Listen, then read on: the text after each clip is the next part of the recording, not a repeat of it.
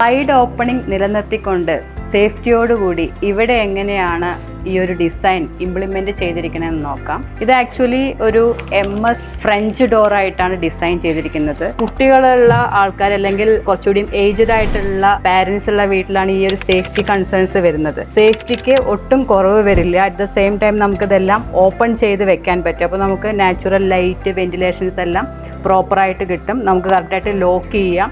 Key നമുക്ക് separate എടുത്ത് വെക്കാം. അതേപോലെ തന്നെ നമുക്ക് ഇതേപോലെ ഇതിൽ മോസ്കിറ്റോ മെഷ് വരുന്നുണ്ട്.